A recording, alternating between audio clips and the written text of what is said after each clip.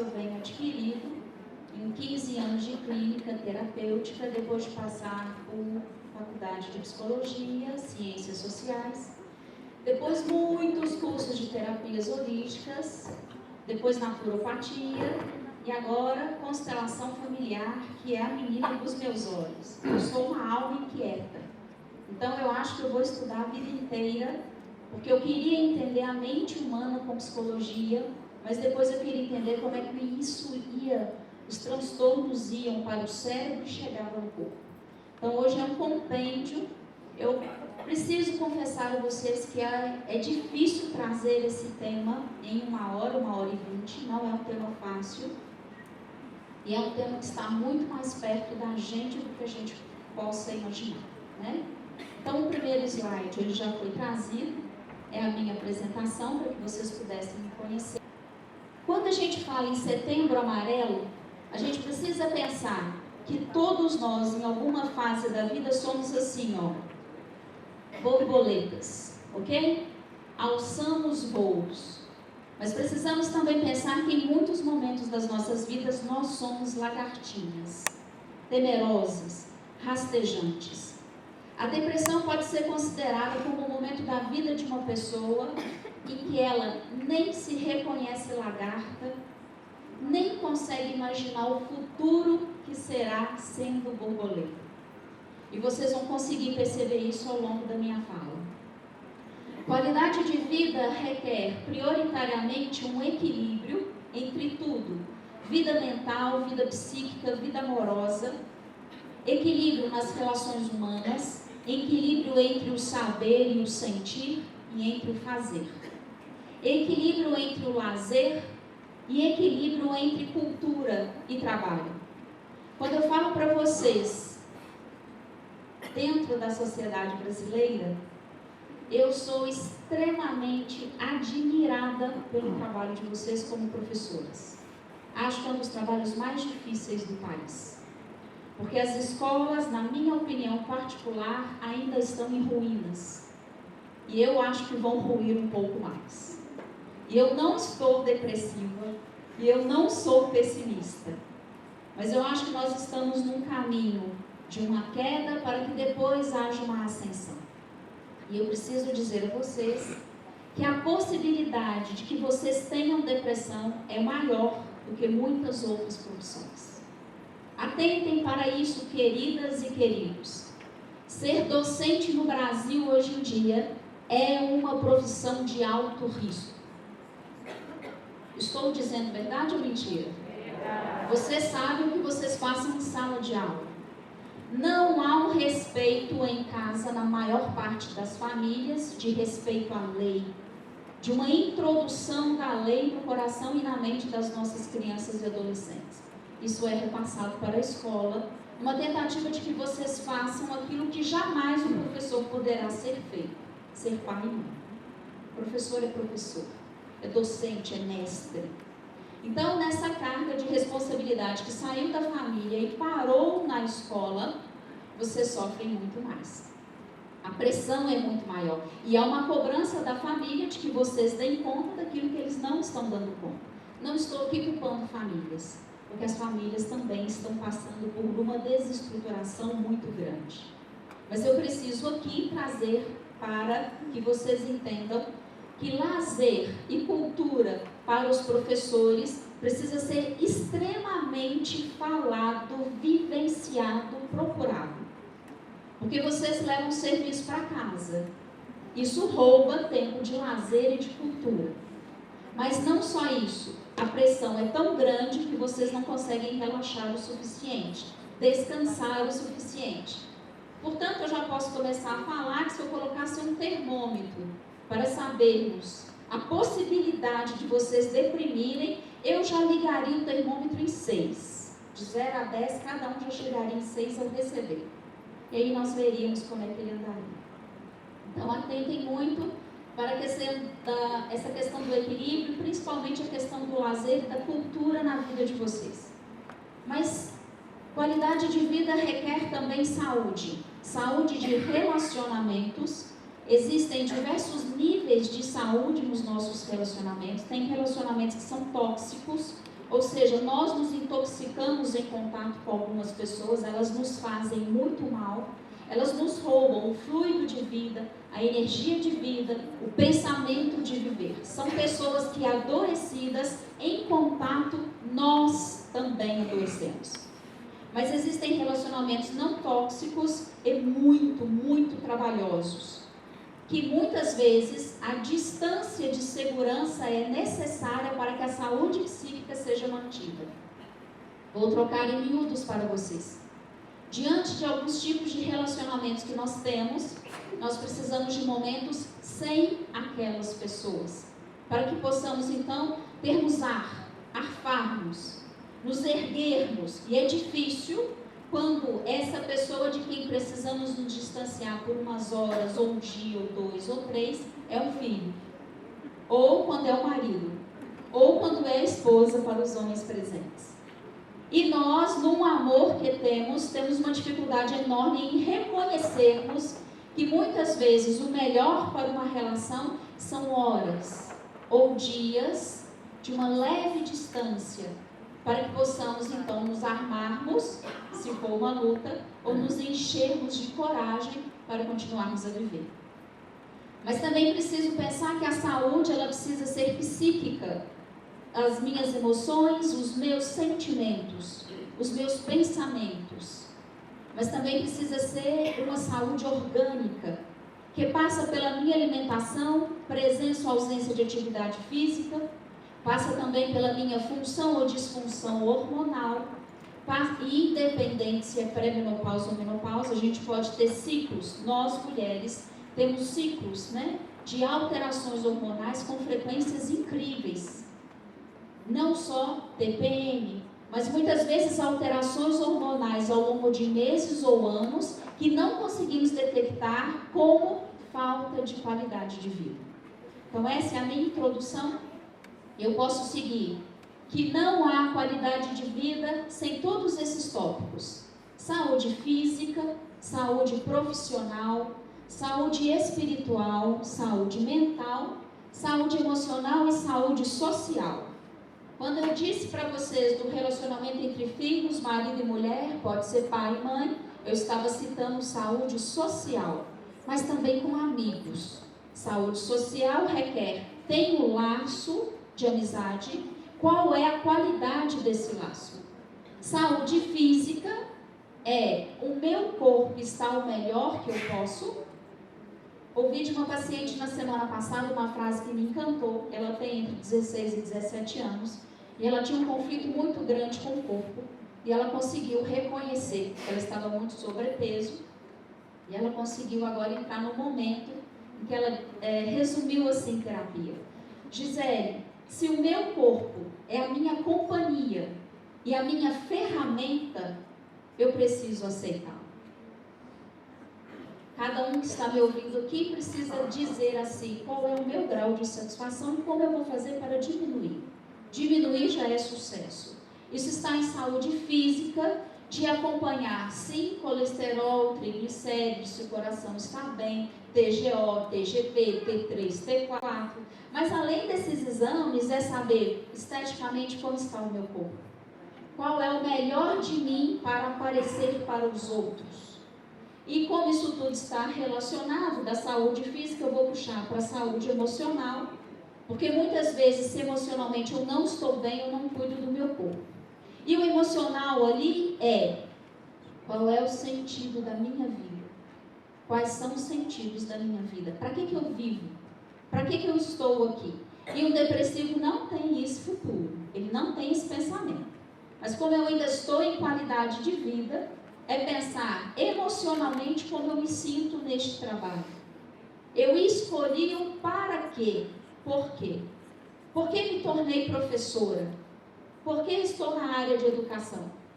E eu vou me autorizar a ser muito sincera para vocês, porque dentre as 3 professoras, nem todo mundo é professora por dom. Muitos são professores por necessidade. Muitos são professores pela oportunidade que surgiu na vida. Essas pessoas são muito guerreiras, porque precisavam sobreviver, precisavam dar um rumo na vida. e escolheram, aceitaram a oportunidade. Isso é muito difícil. Isso requer um esforço herculeamente maior do que trabalhar naquilo que se gosta. Vejam a força dessas pessoas. Porque nem sempre nós podemos escolher aquilo que queremos, não é assim? Às vezes a vida nos impulsiona para algo que nós nem compreendemos no primeiro momento. Então aí fica a dica. Quem está nesse grupo de ter tido a necessidade de escolher ser mestra por uma dificuldade, por uma oportunidade, por qualquer motivo que não seja o dom, se questione e amenize. O que eu quero dizer? Para quem não tem o magistério como um dom, precisa compensar de alguma forma para ter saúde mental, para ter saúde emocional. Em algum outro momento, interessante que ao tocar nesse assunto, vocês começam a conversar entre vocês. Sabem o que isso quer dizer com o meu olhar de psicoterapeuta? Que é um assunto inconsciente que incomoda. E que para que não continuem ouvindo, comecem a conversar. Cadê Maria Rita? Ela não é. Ela só balança a cabeça. Ok? Porque nós temos razões, mas nós não temos razões que a própria razão desconhece, vou chamar isso de inconsciente. Ok? Então vou voltar aqui. Quando então eu estou numa profissão que eu não consegui, eu não tive a oportunidade social de escolher por amor e por dom, eu preciso compensar de alguma forma. Ou seja, o seu hobby precisa ser algo que você ama. Fora do seu trabalho, você precisa amar muito algo que você faça. Para que você então tenha condições de ir trabalhar e de fazer o seu trabalho com maestria sem que te adoeça. Porque muitos fazem o trabalho com maestria, adoecendo. A dica é: faça algo que seu coração te peça, para que você consiga realizar aquilo que não é do seu desejo, de forma linda, maravilhosa, o máximo possível, sem que você adoeça. Saúde mental ainda é cuidar da parte cerebral, de neurônios, de vitaminas. É cuidar, então, de um cérebro, uma máquina pensante que precisa de ajuda. A saúde espiritual é a minha ligação com o sentimento de religiosidade. Vou trazer isso mais adiante para vocês, que nos dá uma sensação de ligação com algo que não seja terreno. E a saúde profissional, eu já falei em todos eles. Se eu tenho saúde física, profissionalmente eu sou melhor, socialmente reverbera no profissional. Se eu tenho emoções saudáveis, eu sou um profissional melhor. Se eu tenho saúde mental, eu sou um profissional melhor. E se eu tenho espiritualidade, eu desenvolvo melhor a minha profissão. De acordo com a Organização Mundial de Saúde, qualidade de vida é a percepção, ou seja, é a característica de perceber, a percepção do indivíduo. Qualidade de vida, então, amados e amadas, é nem sempre igual para todo mundo. Se é uma percepção individual, que é qualidade para um não será para outro. Percepção do indivíduo de sua inserção na vida, se sentir na vida e vivo, no contexto da cultura e sistemas de valores nos quais ele vive e em relação a seus objetivos, expectativas, padrões e preocupações. Na depressão, a pessoa não tem objetivos, ela não tem expectativas, ela segue padrões que ela conseguiu elaborar antes de adoecer. E ela, se tem um grau de ansiedade na depressão, vive preocupada. A Organização Mundial de Saúde já consegue publicar que qualidade de vida envolve o bem-estar espiritual, físico, mental, psicológico e emocional, além de relacionamentos sociais como família e amigos, e também saúde, educação, habitação, saneamento básico e outras circunstâncias de vida. Até a casa onde a gente mora interfere na qualidade de vida, e isso já é percebido pela Organização Mundial de Saúde. Nessa imagem que eu trouxe para vocês, eu faço a seguinte pergunta: qual é o contrário? Qual é o antônimo de depressão? A maioria das pessoas responde: o contrário de depressão é alegria. Portanto, depressão seria igual a tristeza. Não é. Depressão não é tristeza. Quando eu estou triste, vulgarmente, eu digo assim, hoje eu estou deprê. Isso que eu chamo de deprê não é depressão, é tristeza. Vou dar um exemplo para vocês, para que vocês entendam que o contrário de tristeza é alegria e o contrário de depressão é não depressão. Tristeza é, estou chateado porque aconteceu isso no trabalho. Uma colega me desacatou, eu estou com um problema com meu filho, perdi um relacionamento, me separei, tive um problema financeiro, alguém morreu, isso é tristeza. É quando não esperamos que algo de ruim nos aconteça e chega até nós de galope. Isso é tristeza, que varia em graus de acordo com o significante que dávamos para aquilo que foi perdido. Mas que tem um tempo, um ciclo de começar a se desenvolver e terminar. Tempo médio, namoro de alguns anos, a média uns 2 anos, 3 anos. A média ali de tristeza entre 3 meses, algumas pessoas 4 meses.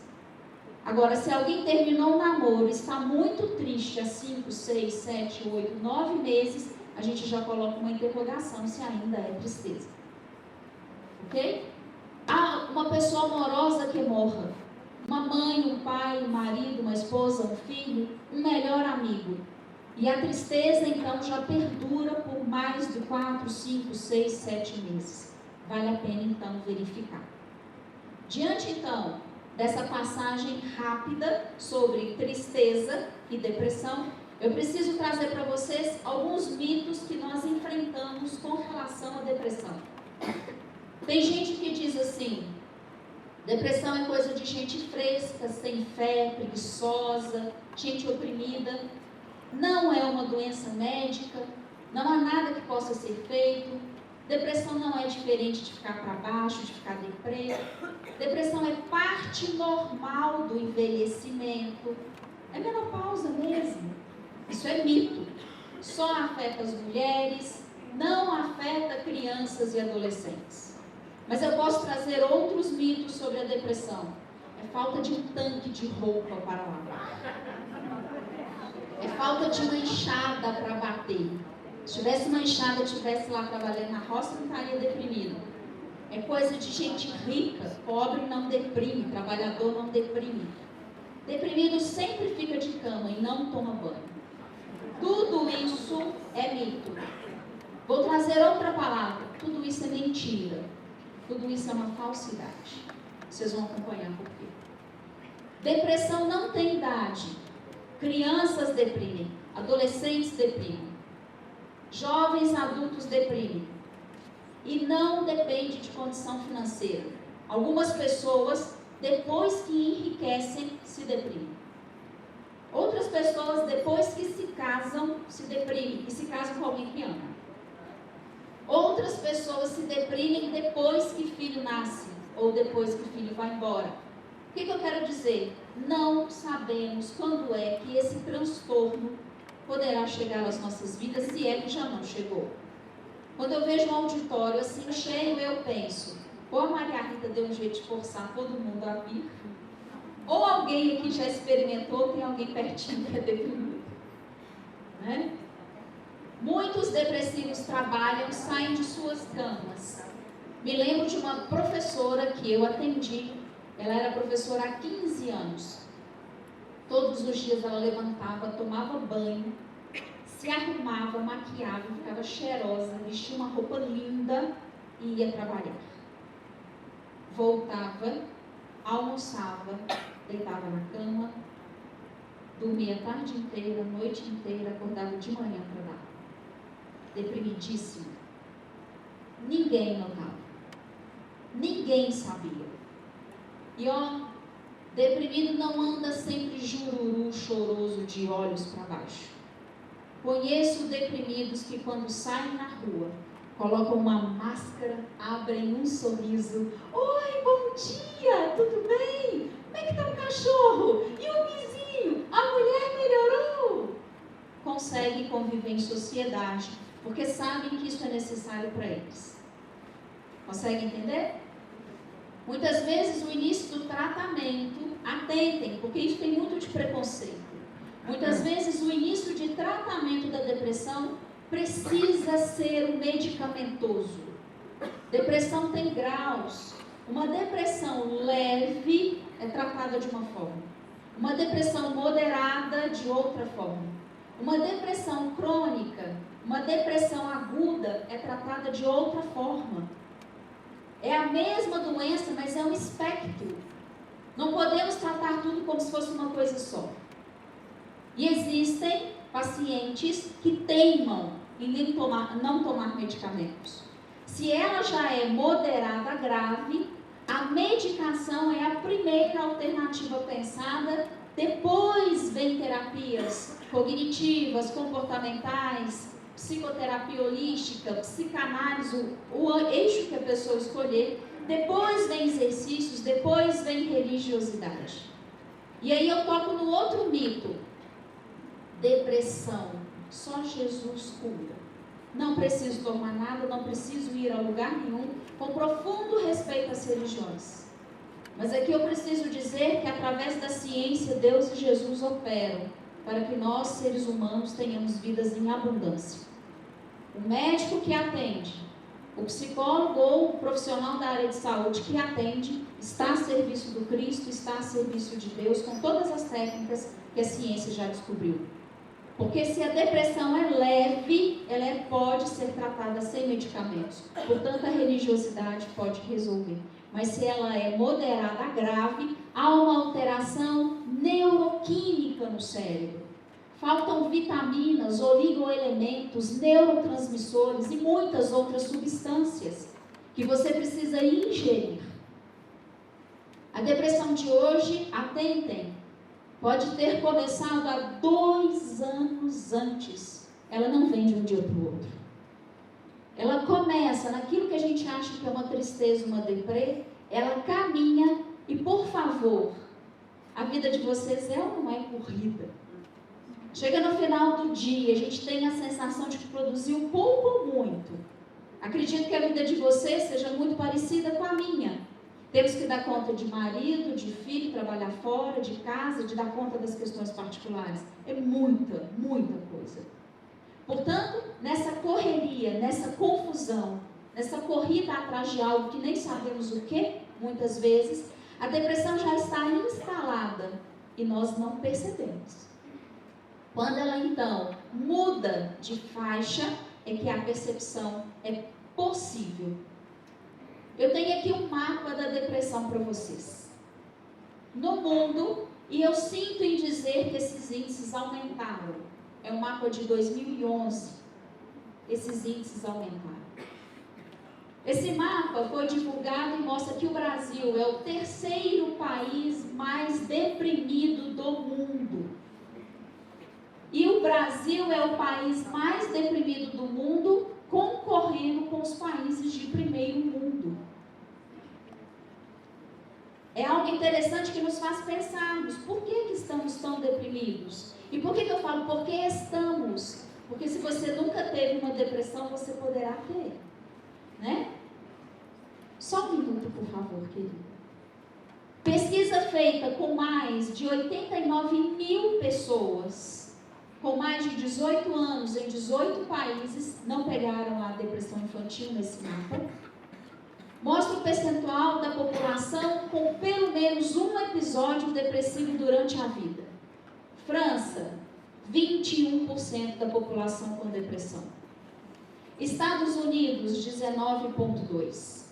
Brasil, 18,4%. Depois eu venho para a Holanda, 17,9%. Depois eu venho para a Nova Zelândia.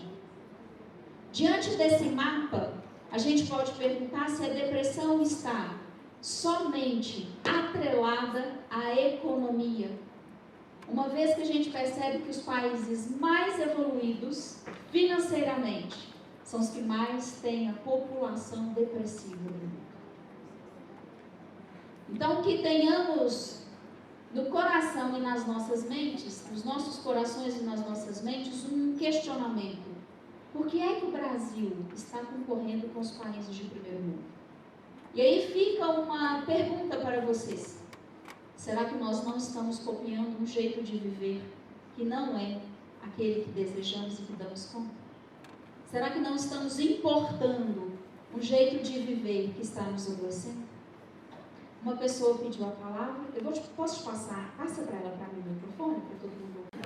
Todo mundo me conhece, né? Ou quem não me conhece sabe que eu sou professora há bastante tempo. Meu nome é Lucinéia. E escutando ela falar, eu só queria fazer um depoimento pequenininho. Vou chorar? Hoje eu não trouxe a minha caixa de lenço. Eu tive uma infância muito conturbada, uma adolescência muito conturbada, muito difícil, por todas as questões de corpo, de aceitação, de tudo mais. E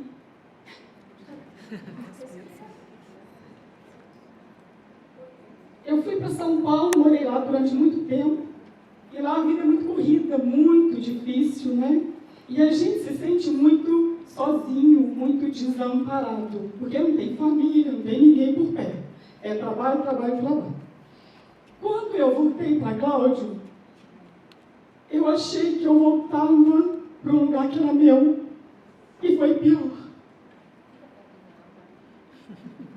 Porque aí eu me senti mais sozinha do que o que eu estava. Por quê? Porque quando eu cheguei, eu descobri que eu não tinha nada, nem lá, nem cá. Porque como eu saí para o mundo para trabalhar, eu não fiz nada lá e também não fiz nada cá.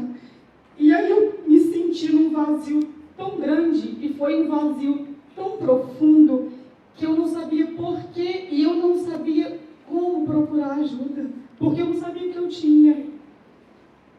Aí a vida sempre continua, né? E eu fui trabalhar em escola. Gente, aí que eu fui pro fundo do poço. Vocês não têm noção do que é a solidão de quem começa, de que ninguém te ajuda. Mas não ajuda não é porque não quer, não. É porque a gente não consegue pedir ajuda, porque a gente não sabe o que está sentindo. E aí eu comecei a me isolar mesmo de todo mundo. E eu comecei a achar que eu não deveria procurar ninguém, nem sair com ninguém. E aí a gente se sente forte. E aí eu tomei vários nomes, né? Vocês conhecem as minhas qualidades. Não precisa eu falar, né? Eu era encrenqueira, eu era que estava sempre procurando para confusão, sempre procurando briga. Mas ninguém sabia o que eu estava sentindo. Ninguém estava comigo para entender por que eu estava agindo daquele jeito. E eu não sabia pedir ajuda, porque eu não tinha como pedir ajuda de uma coisa que eu não sabia o que era. Eu não sabia, para mim era só falta o que fazer. E a gente trabalhava muito, mas era uma coisa que não me preenchia. E aí veio fazer faculdade, que é outra coisa também, que era tudo muito, mas era como se não fosse nada, porque por dentro era vazio. E aí, eu confesso a vocês, poucas pessoas me conhecem. E poucas pessoas conhecem a minha vida, porque eu sou muito reservada. Eu pensei por 2 vezes em tirar a minha vida. Uma vez, eu planejei tudo, foi tudo planejado, como ia ser, o que eu ia fazer, com que eu ia tirar a minha vida, e fui para a faculdade. Aí, na faculdade, a gente é sempre muito alegre, né? Mas eu já estava planejado, eu não ia voltar para casa, porque eu ia morrer lá, porque eu não queria morrer perto dos meus filhos. Mas nesse dia, por algum motivo, só Deus sabe, eu ganhei carona. Aí, né? Como que eu vou? Ganhei carona, me deixou na porta de casa. Parou, né? Não teve solução. Foi mais uma semana, e aí é uma semana de tristeza, de você não ter conseguido uma coisa que você já tinha planejado. E foi uma semana de tristeza de pensar como que eu vou fazer para finalizar o que eu queria fazer.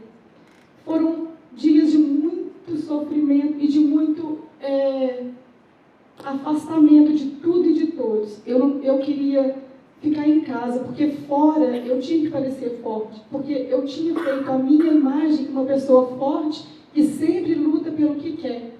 Então eu não podia parecer que eu estava fraca, ou que eu estava sentindo uma tristeza tão profunda, e era uma tristeza que não tinha motivo. Porque eu tinha família, eu tinha emprego, mas eu não tinha nada dentro de mim. E aí eu levantava, trabalhava, dobrava, trabalhava o dia inteiro, tinha filho, tinha marido, eu não tinha tempo para mim, nem para resolver as minhas questões. Mas aí quando eu deitava, eu descobria que eu não tinha nada, era um vazio de perguntar, o que eu estou fazendo aqui? Para que serve a minha vida? Aí a segunda vez que eu, mesma coisa, tinha guardado lá, né, os métodos de morrer, eu fui numa festa e voltando da festa, eu deixei todo mundo na festa e voltei sozinha. Aí, voltando da festa, chegando em casa, tinha uma vizinha do lado de fora, tinha uma confusão na minha rua, muito grande. Aí eu fiquei lá fora na confusão, fiquei lá olhando a confusão. Sabe quando você para e fica olhando a confusão, tentando entender o que estava acontecendo, nem comigo, nem com a confusão de lá. E com isso todo mundo chegou também, não deu muito certo.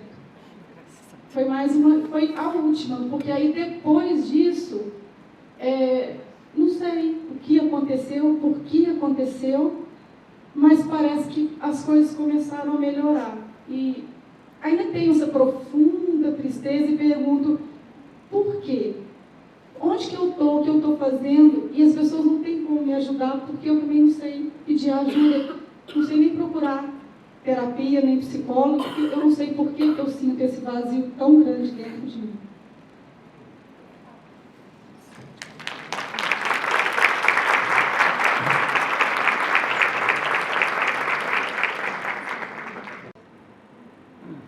Nós nos solidarizamos, é ou não é verdade? A história dela foi montada para que todos nós... Como assim? Como assim? Amor, escolta o cinema na saída. Mário, escolta. Homens, escolta.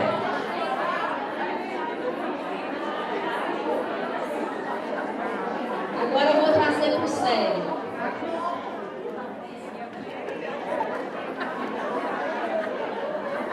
Professoras, por favor, compreensam. Observem quando, diante de uma oportunidade, quando algo nos toca, mesmo sendo uma construção, fala das mais profundas verdades que nós carregamos. E eu vou lhes dar a oportunidade da gente trabalhar algo.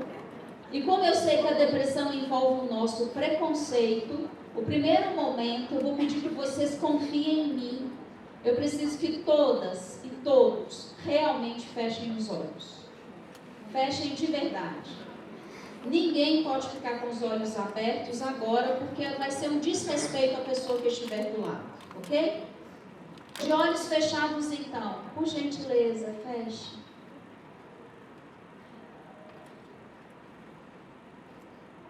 Estamos tratando hoje de um tema muito difícil e é natural que tenhamos resistências conscientes e inconscientes. De olhos fechados, ninguém abra, por favor. Levantem as mãos, levantem a mão esquerda. A pessoa... deixa eu acabar de falar. Levante a mão esquerda de olhos fechados. A pessoa que já teve pelo menos um episódio de depressão na vida. Levanta alto para eu ver. Só eu vou ver. Sigilo de psicoterapeuta. Ok. Podem abaixar? Ok? De olhos fechados, ainda. De olhos fechados. Quem não levantou a mão, vai repetir o que eu vou dizer. Ok? De olhos fechados. Eu estou aqui com força, saindo de dentro da alma, com toda a alma de vocês. São os depressivos deste auditório que vão ouvir e que estão precisando de esperança. Por favor, na fé de vocês, na crença, na força dos ancestrais de vocês, digam aos depressivos de olhos fechados: eu estou aqui. Eu estou aqui. E eu reconheço que você sofre. Uma parte de mim reverbera a sua dor. Quero lhe contar que há várias soluções para a sua dor, para o seu sofrimento. Você tem o meu respeito, o meu amor neste momento. Você só está viva, você só está vivo porque você tem muita força. Eu honro a sua força. Eu honro os seus ancestrais. E eles honram você. Gratidão. Gratidão. Muito bem. Podem abrir os olhos. Agora nós acolhemos os depressivos que estavam nesse lugar. Gratidão. Foi a sua fala que me deu a deixa. Não era algo que eu tinha planejado. Isso é um leve movimento de uma constelação familiar em que a gente reconhece que uma parte nossa está no outro e que a gente pode acolher.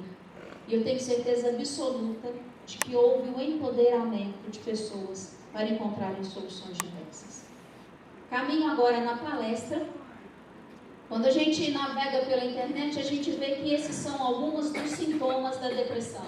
Insônia, excesso de sono, redução, aumento do apetite, perda do interesse sexual, perda ou falta de energia, humor depressivo e falta de concentração. E agora eu vou ter que acelerar, porque me deram 2 temas em um: depressão, prevenção e qualidade de vida. Para eu dar conta, eu preciso acelerar agora. Essa é a depressão severa. O slide anterior mostra o início de depressãozinha, início leve, início moderado. Aqui eu tenho uma depressão severa, 9 sintomas. Tristeza constante, profunda e incapacitante. Sentimento de vazio e irritabilidade. Isolamento, mesmo que trabalhe e se relacione com as pessoas. Pensamentos suicidas. Lembrem da fala de Lucinéia, traz praticamente todos os sintomas. Sentimento de culpa e inutilidade. Dificuldade para manter a higiene pessoal, drástica diminuição do desempenho no trabalho, distúrbios do sono, insônia ou dormir tarde. Frases de alerta para quem está naquele quadro da depressão. Eu preferia estar morto, eu não posso fazer nada para resolver os meus problemas, eu não aguento mais, eu sou um perdedor e um peso para os outros vão ser mais felizes sem mim. Todo depressivo avisa e vai se matar. Ele sempre dá um jeito de deixar um recado. A depressão, então, ela é uma forma que parece leve para quem tem depressão. Parece que a pessoa vai alçar voos e os seus problemas vão desaparecer.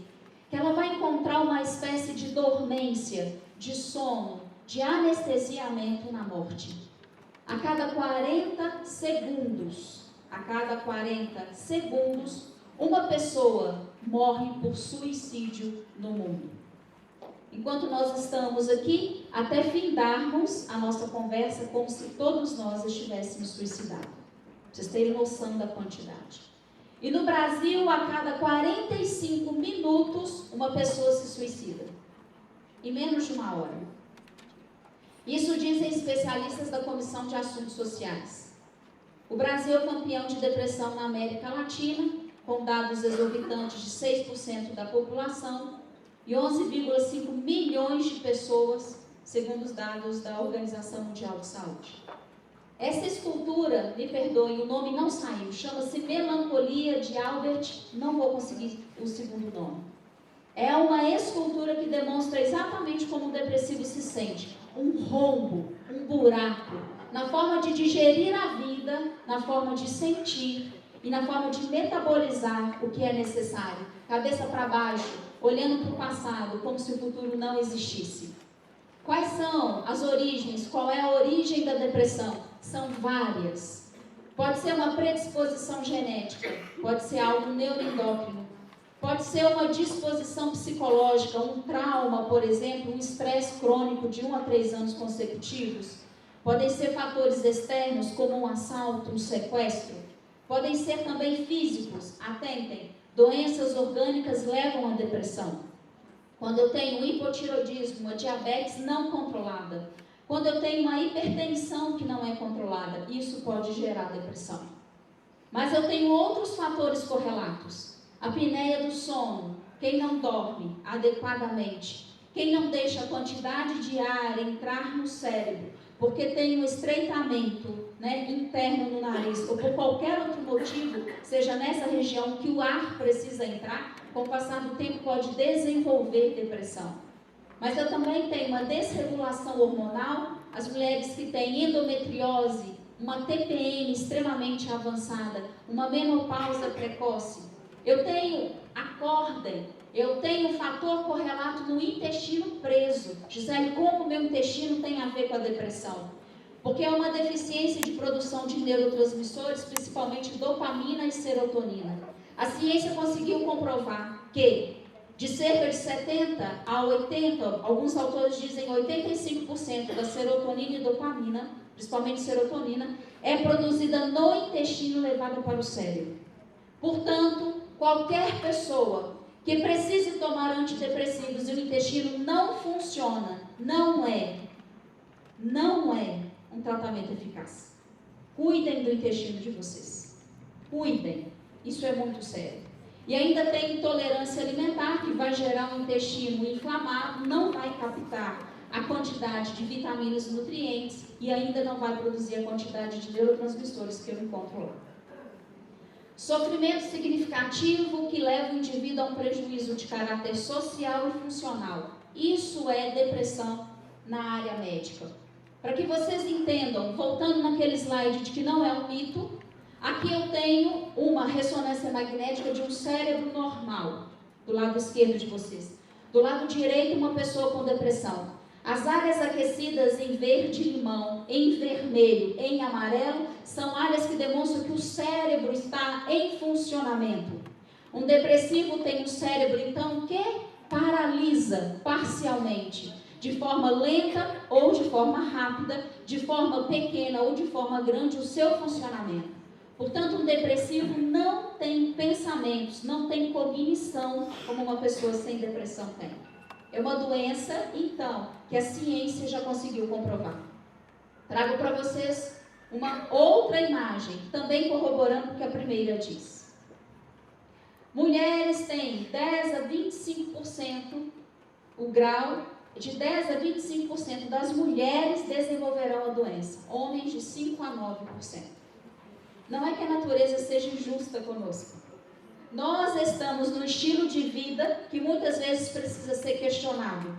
Nós temos uma alteração de hormônios que os homens normalmente não têm. Nós temos uma sobrecarga social e isso tudo impacta. Pode passar, por favor.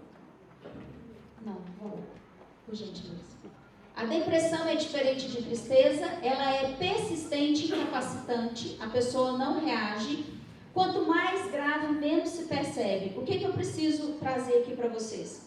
O depressivo às vezes não percebe que está se deprimindo e a pessoa que o vê passa uns meses, um ano, e quando vê de novo, assusta. Fulano está mudado demais. Ele está esquisito, ela está estranha, tem alguma coisa acontecendo. Atentem, depressão é algo que vai sendo incorporado no dia a dia, a pessoa se acostuma. Eu estou só um pouquinho triste e aprende a viver triste. Eu estou só um pouquinho deprimido, aprende a viver deprimido. Eu estou só um pouquinho sem sentido de vida, aprende a viver dessa forma. Portanto, há como se fosse uma modelação da vida a depressão em muitos casos. Algo importante nesse slide, ela é também uma disfuncionalidade do sistema de fé e de esperança. Não adianta solicitar um depressivo porque ele tenha fé em algo ou alguém. Não existe essa possibilidade. Se existe, não é depressão grave. Não adianta, então, solicitarmos que essa pessoa tenha esperança de que vá melhorar se o cérebro está adoecido naquele campo. As áreas do cérebro responsáveis, então, pelo desenvolvimento neuronal, do pensamento que vem da mente, do sentimento que vem de corpos astrais, da própria pessoa, de esperança e de fé, não capta isso da pessoa, do indivíduo, da alma, do espírito, do jeito que vocês quiserem chamar. mas ainda posso caminhar. Se o cérebro é uma máquina programada para sobreviver, como é que a gente sabe que o cérebro é programado para viver? Pelos instintos. Nós temos instintos que nos mantêm vivos o tempo inteiro. Como assim, então, a gente vê suicídio, que é exatamente o contrário da essência do ser humano? Se um ser humano, ele é feito para sobreviver, um bebê, quando você está atravessando o carro, e você, atravessando a rua, perdão, e sente que vem um carro, o seu instinto não é de pular para trás? É o seu cérebro te defendendo. Se você tem um cérebro que te defende para a vida, mulheres, se passar um ratinho ou uma barata, 90% não vai subir na cadeira? Eu não, porque eu já estou aqui em cima, a barata vai ser né? Mas nós não subiríamos, isso é instinto de sobrevivência. Algo dentro de nós, de alguma forma, diz que aquilo ali pode ser por uma questão psicológica, é perigoso. Como é que então a gente explica que a gente tem um alto índice de suicídio na depressão indo contra a natureza humana? Agora eu vou trazer para vocês inúmeros sintomas, se vocês se perceberem aqui, não é mera, como eu falo? Não é comparação. Coincidência. Não é mera coincidência. Não vai dar tempo, mas depois vocês vão fazer nas anotações para verem quantos sintomas vocês têm. E se precisar, lotem os SUS, os psiquiatras, liga para a Maria Rita, para as outras psicólogas, procurem ajuda, ok? Prestem atenção nos sintomas. Alteração de apetite, aumento do consumo de doce, porque doce gera dopamina, mas atentem, não é comer um chocolate, é comer uma caixa inteira para ter um tiquinho de dopamina. Não é comer a colherzinha de café de doce, é comer quase o pote inteiro. É o sorvete todo dia. Gente, atenta para isso. Doce é uma delícia. Doce é uma delícia. Mas o que eu estou trazendo? Muitas pessoas aumentam o consumo de doce numa tentativa orgânica. É o corpo que está pedindo. Uma tentativa orgânica de aumentar a dopamina. Se o corpo está pedindo dopamina, é sinal que já está em índices abaixo do necessário. Isso precisa ser verificado. Insônia terminal. Eu adoro esse sintoma, porque tem uma vibe aí na internet que o povo fala assim: se você acorda às 3 ou 4 da manhã, é o seu anjo da guarda te chamando. Uma ova. Anjo da guarda sabe que você tem que dormir, que você trabalha muito. São 8 horas de sono. A não ser que você combinou com a sua igreja a vigília. Aí é outra história. Mas insônia terminal de acordar às 3 ou 4 da manhã pode ser sintoma de depressão ou de ansiedade, ok?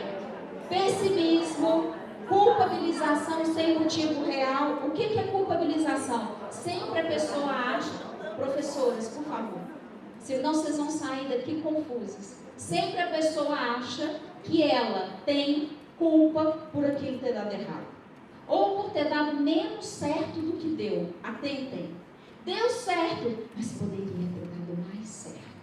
Eu deixei de fazer, eu fiz, se eu tivesse feito. A pessoa sempre encontra um jeito de dizer que ela não fez tudo o que ela poderia ter feito, mesmo tendo feito, ok? Culpabilização pode ser depressão. Afastamento do que dava prazer, sensação de desamparo. Afastamento do que dava prazer muitas vezes eu adorava artesanato, parei de fazer. Eu adorava arrumar minha casa, parei de arrumar. Eu adorava mexer no cabelo dos outros, final de semana eu parei de fazer.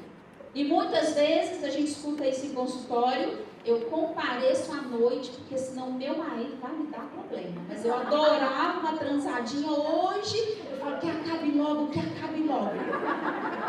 Isso é diminuição de prazer. Atentem. E aí vou trazer um outro ponto da diminuição do prazer. Atentem. A gente vai trazer o tema da histeria no ano que vem.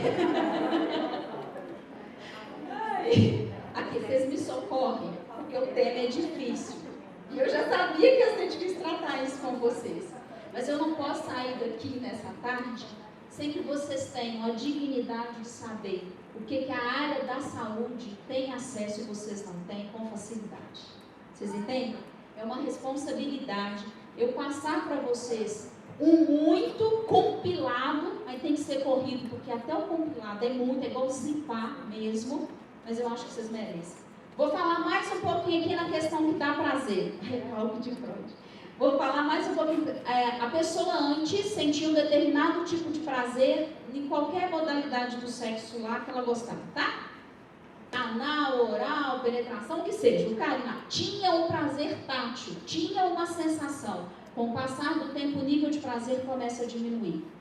Antes era nota 10, hoje é nota 3. E aí a pessoa vira e fala assim, mas também, né, trabalhando tanto, mas também, né, com a idade tudo caindo, mas também, né, com o filho do lado. Então a pessoa justifica a falta de prazer, ok? Isso acontece mais nas mulheres.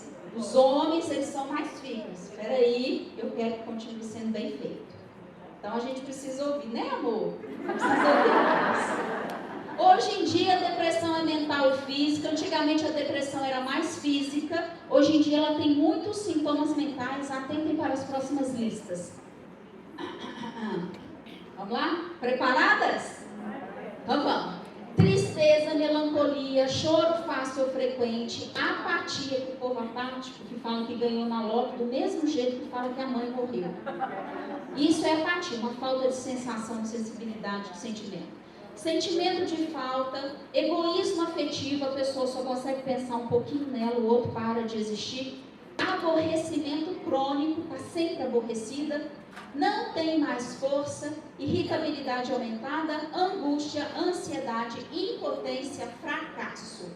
Faltou o que, amor? Tédio. Ai, a gente fala assim, ai, que preguiça. Tédio. Isso tudo é depressão. Agora, tá todo mundo deprimido, eu ouvi. Vai depender da quantidade de sintomas e do tempo que a pessoa tem e da intensidade. Quantidade, tempo e intensidade. Porque todo mundo tem isso alguma vez ou outra na vida. O problema é quando isso vai fazendo parte cada vez maior de todo mundo.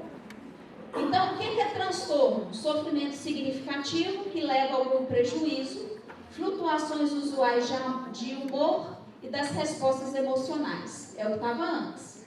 O humor fica em qualidade muito afetivo, a pessoa tem um comprometimento psíquico e orgânico global. O corpo para de funcionar como funcionava antes. Emagrece, engorda, aumenta apetite, diminui, dá mais rugas, o cabelo embranquece mais rápido, a pessoa sente dor para tudo que é lado.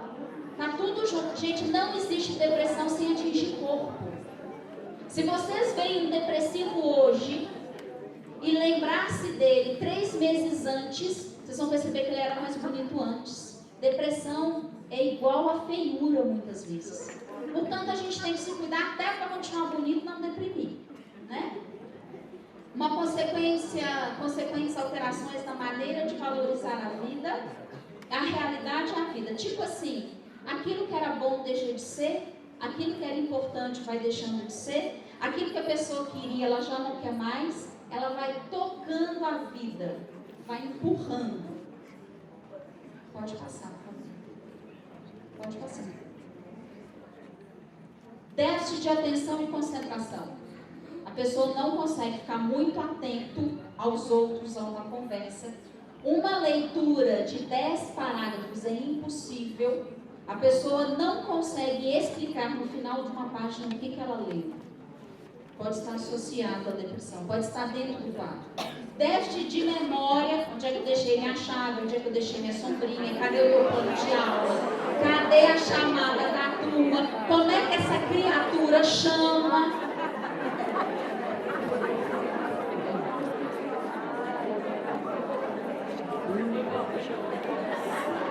Maria Rita, fala pra mim que tem um posto médico esperando ali fora.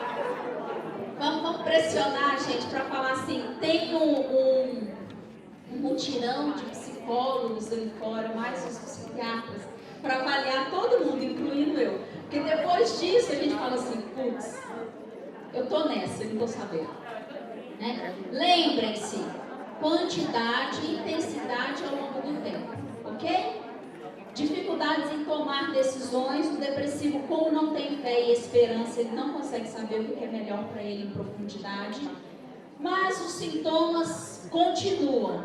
Fiquem firmes aqui comigo. Vamos lá, mulherada, alguns poucos homens maravilhosos presentes. Fadiga, cansaço fácil e constante. Antes eu ficava cansada às 5, hoje eu fico cansada às 11 horas da manhã. Fácil e constante. Insônia ou hipersônica, ou seja, a pessoa tem sono toda hora, um sono que não sustenta. Mudanças no apetite, constipação, intestino preso, palidez, pele fria com diminuição da cor, do turcor.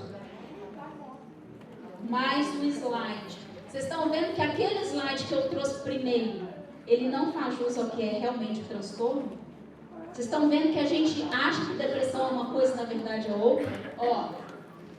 Diminuição da libido, diminuição da resposta sexual, já falei para vocês, anedonia, perda da capacidade de sentir prazer, alteração do ritmo circadiano, a pessoa acorda pesada e cansada, mau humor de manhã, bom dia, por quê?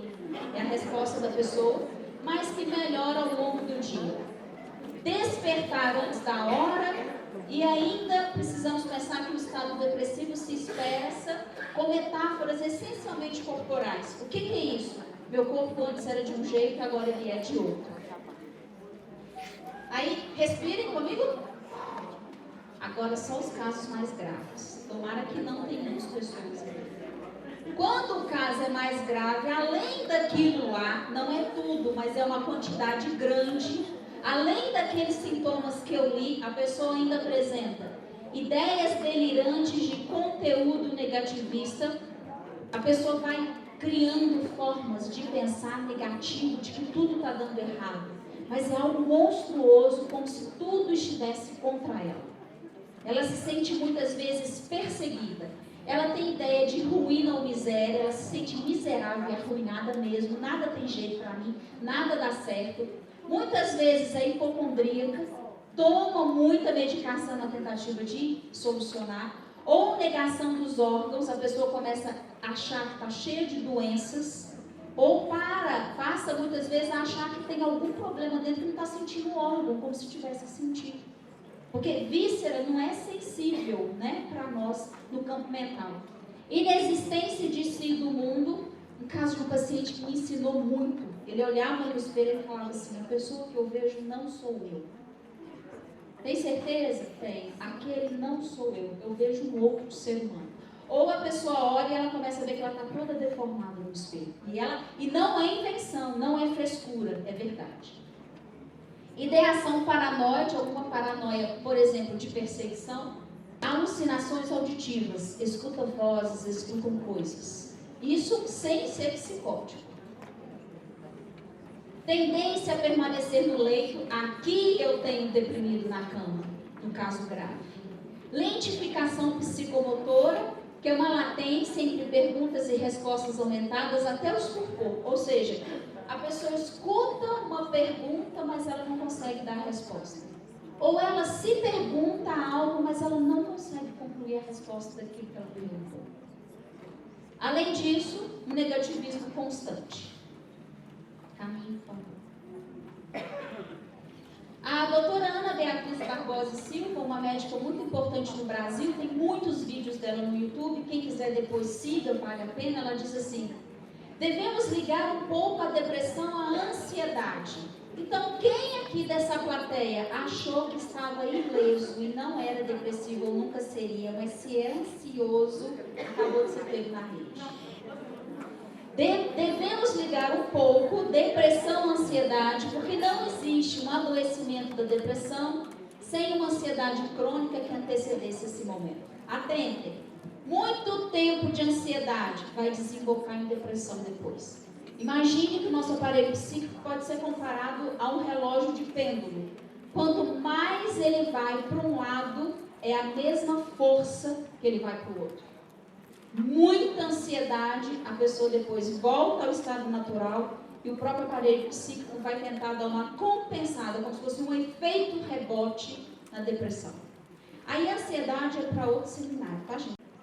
Trouxe para vocês alguns tipos de depressões. Depressão do cuidador. Quem tem pai e mãe com Alzheimer? Depressão do cuidador. Cuida, depois se deprime. Porque a situação é tão difícil, tão dolorida, tão complicada, que chega um momento que o adoecimento passa a ser familiar. É um fator externo, né? Eu tenho a depressão natalina de final de ano. Vai chegando o Natal, o que tem de gente que deprime é uma coisa impressionante. Tanto é que o índice de suicídio aumenta no Natal. Se a gente leva o Natal por um lado de alegria e de família, quem não tem essa estrutura e sente um vazio maior nessa época, como a tendência, pode tentar suicídio e a depressão. Eu tenho a depressão feminina, muito ligada aos hormônios. Eu tenho a depressão infanto-juvenil e a depressão da terceira idade. Pula para mim todas da terceira idade, enquanto tiver o título terceira idade. Eu vou só resumir. A depressão da terceira idade é: estamos envelhecendo mais, mas com que qualidade de vida? Estamos vivendo mais, mas muitas vezes os nossos idosos precisam continuar trabalhando para sustentar a família. E isso é um peso que eles não deveriam ter. Vive-se mais, mas com uma alimentação ruim e com muitos problemas sociais. A síndrome do ninho vazio é a depressão daquela mãe que a gente pergunta assim: qual é a sua profissão? Mãe. Ela é mãe em tempo integral. Ela vive para os filhos a preenche. Não precisa de casamento, se o marido morrer, for embora, ou tiver ali, a conta é a mesma. Se ele puder deixar a pensão, é melhor ainda. E o sim, porque dinheiro sempre conta. Mas a gente precisa pensar que essa mulher, a grande razão da vida dela é ser apenas mãe. Ela não se prepara para o crescimento dos filhos e para que estes alcem voos. Quando eles vão embora, então, a gente tem como se fosse um passarinho que o ninho fica vazio. E essa mulher, então, se deprime. Ok? Pode caminhar. Agora eu tenho que fazer solução, né, gente? Porque até agora eu só trouxe problemas para vocês. Senão todo mundo vai sair daqui deprimido. Vamos lá. Todo mundo então já ganhou balinha, chupem balinha. Vamos lá então agora nas soluções. Antes era aqui? Volta, por favor. Passou de volta até em busca dos seus. Ok.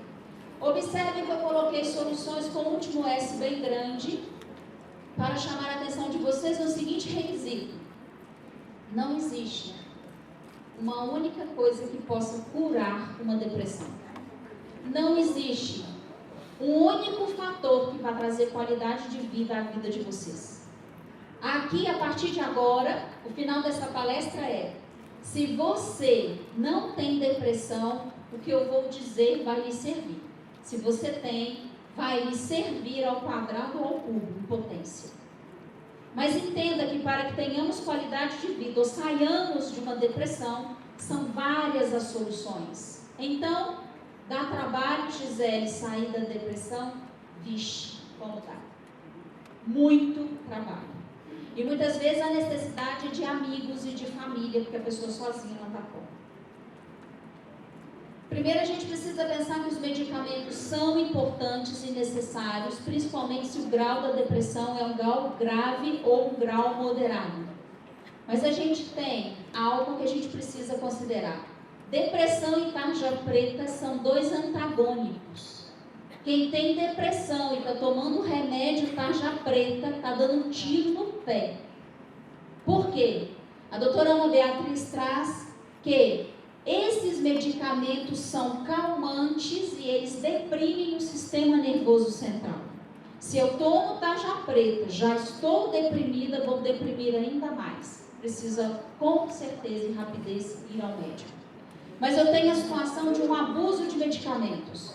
Nós estamos numa sociedade em que tomamos remédios com frequência, sem sabermos exatamente o que temos e a dosagem necessária. Muita gente tem depressão mascarada pela medicação. Toma muitos medicamentos ou toma um medicamento por muito tempo, e esse medicamento não permite que os médicos, principalmente os psiquiatras, saibam exatamente se é ou não depressão e qual grau. Estou com uma paciente que foi indicada por mim, uma psiquiatra, voltou na semana passada e falou, Gisele, ela me chamou a atenção. Ela falou, como eu pude tomar o mesmo comprimido por 10 anos? A depressão dela está grave, ela está alcoólatra. Porque quando bebe, diminui a tristeza, aparentemente, e diminui o vazio, pelo menos por um momento. Vocês estão entendendo como é algo interligado? Mas busca de soluções, quando eu falo de medicamento e que há uma necessidade de alteração, os medicamentos anestesiam. Vida anestesiada é vida sem acontecimentos. Nós conhecemos muitas pessoas, vocês também, que estão tomando tantos medicamentos que não ficam felizes hora nenhuma. Não tem tesão, não tem paixão, não tem movimento na vida. Ser humano, gente, ele tem uma faixa psíquica, emocional. Ele trafega ali num ir e vir. Não existe nenhum ser humano numa linha contínua. Então, ora, estamos tristes, alegres, infelizes, felizes, eufóricos, mais quietinhos. Ora, estamos esperançosos, desesperançosos. A gente vai caminhando, é um gráfico. Se está muito reto, muito linear, tem algo que precisa ser feito. Aqui eu trouxe para vocês a questão do equilíbrio entre o cérebro e o intestino. Não vou ler para vocês o que está do lado, porque eu vou demorar um tempo bem grande, mas eu deixo aqui o para casa para as professoras. Pesquisem, ligação entre intestino e cérebro. Tem uma palavrinha na moda que vai salvar muitas pessoas nessa tarde. Chama-se disbiose. Pesquisem. Disbiose. Que é a forma como o intestino está funcionando de forma irregular, de uma forma anormal, e que está alterando o seu metabolismo, o seu engordar ou emagrecer, o seu humor, a sua memória. Pesquisem. Nós precisamos, como cidadãos, termos conhecimentos em nossas mãos, para que possamos transformar as nossas vidas e de outras pessoas. Ainda em busca de soluções, vou tratar agora. Isso é eletroconvulsoterapia para pessoas que têm depressão em alto grau por muito tempo, crônica. Funciona. Já acompanhei pacientes que tiveram as vidas salvas. Não é choque como antigamente. A pessoa toma um remedinho, dorme, é controlado por médicos e enfermeiros. O efeito colateral é uma leve perda da memória dos últimos dias e semanas, mas a pessoa volta à vida, Mas quem não está no grau mais elevado da depressão, existe já a estimulação transcraniana, que tem em Itaúna, aqui perto, que tem em Divinópolis, que tem em Belo Horizonte. São sessões em que este aparelho vão dando impulsos e eletromagnéticos ao cérebro para que os neurônios voltem a se comunicar, dentro ali nos axônios, bainha de mielina envolvendo, que haja uma conexão elétrica entre os neurônios. Isso é modernidade, queridos e queridas. Isso é salvar vidas e a pessoa voltar a ter uma qualidade de vida. Mas posso dizer que buscar soluções também é buscar terapia. Porque o quanto da depressão está naquilo que você não deu conta de traumas da infância, de questões do seu passado com seu pai e com sua mãe, ou questões do seu relacionamento afetivo que você não superou. A psicologia e as psicoterapias holísticas têm muito a contribuir. Posso dizer, no ramo da terapia e da psicoterapia, o deprimido vive um tempo que não passa. E o depressivo é aquele que faz de tudo para evitar um conflito. Para isso, ele abre mão dos seus desejos, das suas convicções e das suas vontades. E o deprimido que fala assim, mas eu luto por aquilo que eu quero. Aqui eu estou falando de inconsciente. O deprimido é aquele que não banca a que veio nessa vida. Ele está abrindo mão de si. Posso ainda caminhar na atividade física. Aqui, se o grau de depressão é alto, a pessoa não vai buscar. Fica então para um segundo momento. Mas qualidade de vida requer atividade física, requer você sair do sedentarismo. E você não precisa necessariamente ficar assim, que é para poucos. Eu tenho 2 irmãs assim, gente. Eu olho para minha barriga, eu olho para elas, morro de inveja.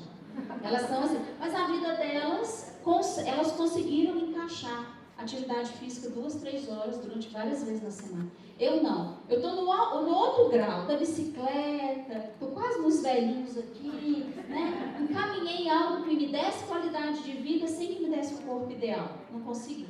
E você? O que você já colocou na sua vida? É assim que a gente tem que pensar. Hoje em dia tem uma onda aí do pessoal fazer atividade HIIT, que chama. Dentro de casa, num espacinho pequenininho, o povo vai lá nos vídeos e mostra e fala, meu Deus, num quadrinho, um por um, fazendo atividade física. Agora entendam, eu acho que 2 das coisas que eu trago para vocês são das mais difíceis para a gente ter qualidade de vida. Sabe o que é? Atividade física e uma alimentação adequada ao corpo. São os 2 mais difíceis para quem não tem depressão. Para quem tem é mais difícil ainda. Ok? Descubram então qual atividade física vai fazer bem à mente de vocês. O que vocês vão gostar? Quando a gente fala de estresse, de ansiedade, de depressão, a gente precisa pensar que tem muito a ver com a alimentação. Estudei um caso de uma norte-americana que conseguiu descobrir que todas as vezes que ela ingeria glúten, ela tinha depressão. Ela fez um estudo com um nutrólogo, retirou toda a farinha de trigo dela, tudo que tinha glúten, conseguiu ficar 3 meses sem ingerir nada. Fácil ou difícil?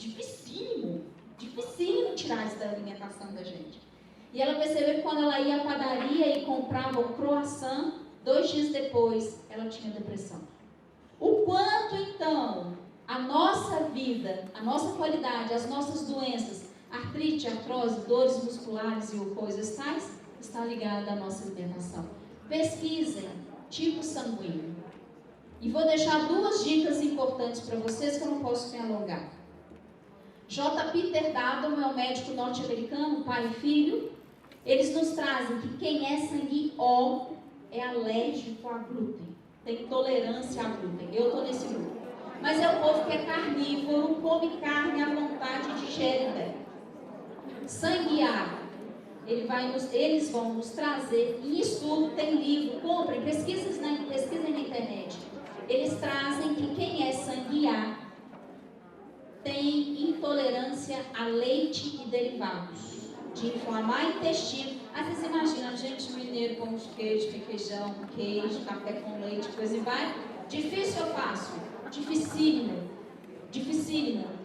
E o quanto um depressivo, alguém que não quer ter depressão, se adequar à sua alimentação, ao tipo sanguíneo que tem, gente, tem toda uma história científica por trás. O quanto isso vai ajudar essa pessoa a aumentar a qualidade de vida ou não adoecer. Quem aqui já passou dos 45? Pouquinha gente, tá? Modulação hormonal bioidêntica. Pesquisem isso como qualidade de vida. Por quê? Dr. Lai Ribeiro comenta que se nós uníssemos todos os nossos hormônios, nós teríamos gotinhas trabalhando todo o corpo. E antigamente os hormônios eram retirados de animais ou eram fabricados em laboratórios e o nosso corpo não reconhecia como algo idêntico. Então davam muitos efeitos colaterais. Hoje em dia a gente tem a modulação hormonal bioidêntica.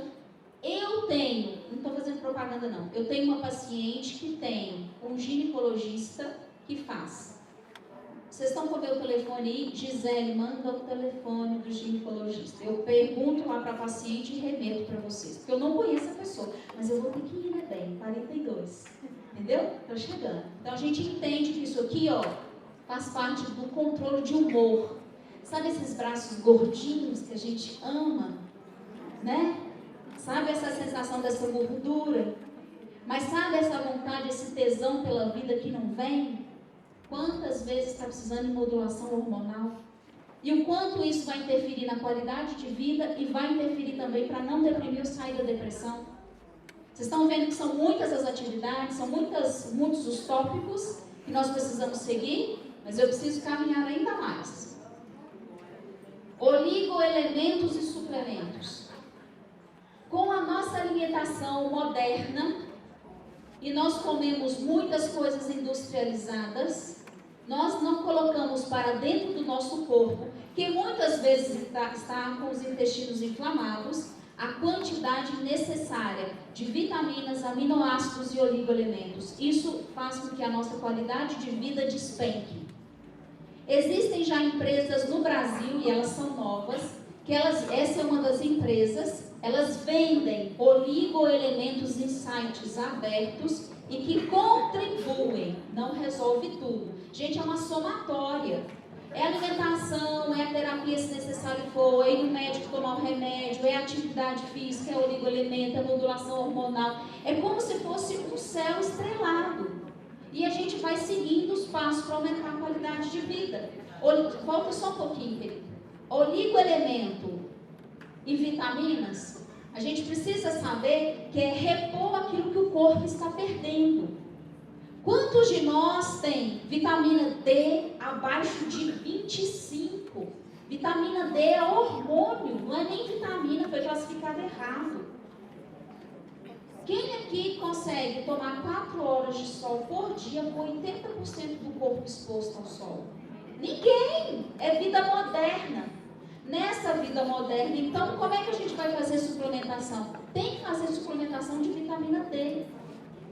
Mas tem muita gente que perde ferro, magnésio. O solo brasileiro não tem muito magnésio, porque o Brasil não tem vulcões. Magnésio é responsável por apenas 200 atividades do seu corpo. Então, pesquisem esse tema. Agora eu vou trazer para vocês de forma rápida. Nós não somos apenas um corpo físico. Para quem quer caminhar nessa questão mais holística, nós temos vários corpos. Cada corpo é responsável por algo dentro de nós, ok? Diante disso, eu posso trazer para vocês que as terapias holísticas podem ajudar. Aromaterapia, eu posso dizer da fitoterapia, eu posso dizer de aurículo, visualização criativa. São muitas técnicas que não abordam só o corpo, que abordam a pessoa como um todo.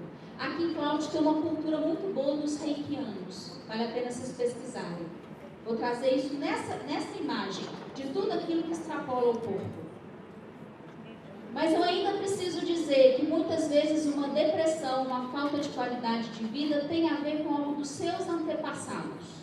Bert Hellinger trouxe várias verdades e ele traz que o que é preciso para sair da depressão é muita humildade. Hellinger traz que muitas vezes quando nós nos deprimimos, há algo que foi feito pelo nosso pai, nossa mãe, avô, bisavôs, trisavôs ou tataravôs. E que nós estamos sendo pegos por esse sistema familiar para equilibrarmos algo que foi feito e não foi honrado. É difícil explicar rapidamente, mas eu preciso dizer, existe constelação familiar. E eu já tive a oportunidade de ver uma depressão no campo de constelação, que na verdade era uma culpa que uma pessoa tinha tido de algo que ela deixou de fazer. E eu encontrei-me com ela 6 meses depois, ela falou comigo assim, a vontade que eu tinha de morrer sumiu. Hoje eu sou uma pessoa que eu estou propensa a viver. Valeu. Então, só estou dizendo para vocês que há muito mais, hoje em dia, para tratarmos depressão e qualidade de vida. Pesquisem depois assim, constelação familiar. O que é?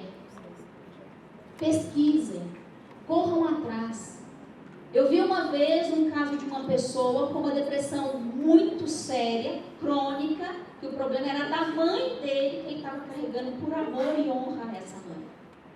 Nós muitas vezes adoecemos porque estamos carregando, vou usar termos que a gente usa no dia a dia, maldições, problemas, coisas não resolvidas dos nossos pais. Inconscientemente estamos carregando por amor. Porque quando crianças a gente viu e tinha algo que precisava ser feito, a gente pegou para fazer, num lugar que não era para ser feito. Criança é criança, adulta que tem força para carregar os seus problemas de adulto. Bert Hellinger traz verdades lindas. Pode pular o outro? Pode pular, por favor? Pode pular também. Aqui eu trago a meditação, a contemplação e a respiração como tudo aquilo que eu comentei até aqui. Se vocês associarem ao fato da gente poder meditar, o que é meditar? É encontrar uma forma de sair do corpo, da mente, poder ter acesso a coisas mais grandiosas do que isso que essa vida moderna tem trazido. Meditar e contemplar é como essa imagem maravilhosa aqui, ó. Uma pessoa que consegue contemplar um mar de nuvens e sentir a grandiosidade da vida, do cosmos de Deus. Mas é olhar uma joaninha numa folha e também conseguir contemplar a mesma beleza, a mesma complexidade. Mas é perceber que é possível acalmar a mente e acalmar o cérebro com essas práticas. Há uma comprovação científica. Fizeram ressonâncias magnéticas de uma pessoa antes e depois da meditação. Conseguiu comprovar que os dois hemisférios do cérebro se conectam e o cérebro funciona mais. E a pessoa começa a ter uma grandiosidade do existir. Um depressivo grave vai conseguir fazer isso? Não. Um moderado? Não. Primeiro tem que sair da depressão grave. Mas uma pessoa que queira prevenir ou que queira aumentar a qualidade de vida, pode pensar nessas técnicas. Mais uma vez, um cérebro normal e um cérebro depois de uma oração. Trazendo para vocês que a questão da espiritualidade, do sentimento de ligação com algo maior, faz com que organicamente tenhamos cérebros mais potentes. Pode passar, por favor. Observem essas imagens.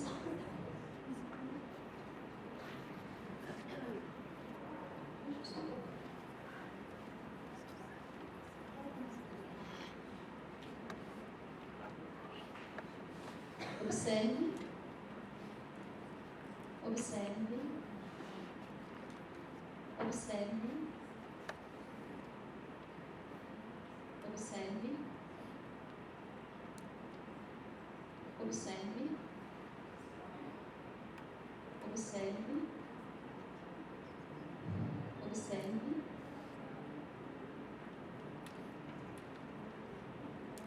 O que eu trouxe é: há uma necessidade de afeto para que tenhamos qualidade de vida. Em todas as cenas que vocês viram, o afeto é presente. Existem pesquisas que conseguem comprovar que quando a gente tem fé e ajuda os outros, a gente adoece menos. Portanto, solidariedade diminui depressão. Solidariedade aumenta a possibilidade de saúde. Ok? Aqui fica para cada um no seu universo, de forma religiosa ou não, desenvolver a ajuda humanitária. Avalie como é que você tem vivido o seu tempo. O seu tempo. Não é o tempo do relógio. Não é o tempo de você ficar olhando e falar: estou atrasado, estou atrasado, estou atrasado. Agora eu tenho que fazer isso, agora eu tenho que fazer isso. Qual é o seu tempo de vida, de conquistar algo na sua existência? E atentem. Existem já estudos comprovando que as redes sociais estão aumentando a angústia, a ansiedade e a depressão. Ninguém posta foto. Sozinho, solitário, isolado, ninguém quer ver. Aquilo que a gente está vendo nas redes sociais é o que as pessoas gostariam que fosse verdade, mas não é. Quanto mais tempo uma pessoa passa com o dedinho acompanhando as redes sociais, maior é o índice, isso é comprovado, de angústia e solidão. Em busca de soluções é: o que faz você rir? Qual é o momento que você solta uma gargalhada? Qual é o momento, e não vai ser fofoca, porque está comprovado que quem fofoca deprime o cérebro, tá? Sinto muito, comprovado cientificamente. Se você se deprime, só na fofoca, tá? Mas a piada de bom gosto pode, a dança, o que quer que seja. Procure aquilo que faça você dar gargalhada e rir, ok? A espiritualidade é algo que a gente precisa trazer como uma plataforma para que formos criados, ok? Essa imagem é linda, chama-se expansão. Foi criada pela escultura Paige Bedley. Vejam que coisa mais linda. É o máximo que eu posso dizer para vocês de espiritualidade. É quando a gente consegue, num esforço imenso, enorme, interno, único, grandioso, fazer com que a luz que nós somos rompa. Cada um do seu jeito, no seu culto, da sua forma. Ok? E para terminar, eu preciso ler para vocês um texto da Adélia Prado, que vai dizer algo importante.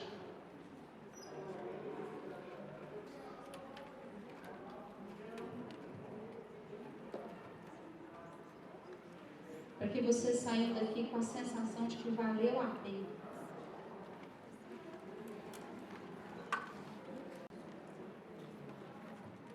Depressivos ou não, todos nós vamos perceber o que a Adélia Prado nos escreveu. Ela disse assim: o que a memória ama, fica eterno. Quando eu era pequena, não entendia o choro solto da minha mãe ao assistir ao filme, ouvir uma música ou ler um livro. O que eu não sabia é que minha mãe não chorava pelas coisas visíveis. Ela chorava pela eternidade que vivia dentro dela e que eu, na minha meninice, era incapaz de compreender. O tempo passou e hoje me emociono diante das mesmas coisas, tocada por pequenos milagres do cotidiano. É que a memória é contrária ao tempo. Enquanto o tempo leva a vida embora como vento, a memória traz de volta o que realmente importa, eternizando momentos. Crianças têm um tempo a seu favor e a memória ainda é muito recente. Para elas, um filme é só um filme. Uma melodia, só uma melodia. Ignoram o quanto a infância é impregnada de eternidade. Diante do tempo envelhecemos. Nossos filhos crescem, muita gente parte. Porém, para a memória ainda somos jovens, atletas, amantes, insaciáveis. Nossos filhos são crianças, nossos amigos estão perto, nossos pais ainda vivem. Quanto mais vivemos, mais eternidades criamos dentro da gente. Quando nos damos conta, nossos baús secretos, porque a memória dada a segredos, estão recheados daquilo que amamos, do que deixou saudade, do que doeu além da conta, do que permaneceu além do tempo. A capacidade de se emocionar vem daí, quando nossos compartimentos são escancarados de alguma maneira. Um dia você liga o rádio do carro e toca uma música qualquer, ninguém nota, mas aquela música já fez parte de você. Foi o fundo musical de um amor ou a trilha sonora de uma fossa. E mesmo que tenham se passado anos, sua memória afetiva não obedece a calendários. Não caminha com as estações. Alguma parte de você volta no tempo e lembra aquela pessoa, aquele momento, aquela época. Amigos verdadeiros têm a capacidade de se eternizar dentro da gente. É comum ver amigos da juventude se reencontrando depois de anos, já adultos ou até idosos, e voltando a se comportar como adolescentes bobos e imaturos. Encontros da turma são especiais por isso. Resgatam as pessoas que fomos, garotos cheios de alegria, engraçadinhos, capazes de atitudes infantis e debilóides, como éramos há 20 ou 30 anos. Descobrimos que o tempo não passa para a memória. Ela eterniza amigos, brincadeiras, apelidos, mesmo que por fora restem cabelos brancos, artroses e rugas. A memória não permite que sejamos adultos perto de nossos pais. Nem eles percebem que crescemos. Seremos sempre as crianças, não importa se já temos 30, 40 ou 50 anos. Para eles, a lembrança da casa cheia, das brigas entre irmãos, das histórias contadas ao cair da noite, ainda são muito recentes, pois a memória amou e aquilo se eternizou. Por isso é tão difícil despedir-se de um amor ou alguém especial que por algum motivo deixou de fazer parte de nossas vidas. Dizem que o tempo cura tudo, mas não é simples assim. Ele acalma os sentidos, apara as arestas, coloca um band-aid na dor, mas aquilo que amamos tem vocação para emergir das profundezas, romper os cadeados e assombrar de vez em quando. Somos a soma de nossos afetos. Somos a soma de nossos afetos. E aquilo que amamos pode ser facilmente reativado por novos gatilhos. Somos traídos pelo enredo de um filme, uma música antiga, um lugar especial. Do mesmo modo, somos memórias vivas na vida de nossos filhos, cônjuges, ex-amores, amigos e irmãos. E mesmo que o tempo nos leve daqui, seremos eternamente lembrados por aqueles que um dia nos amaram. Adélia Prata.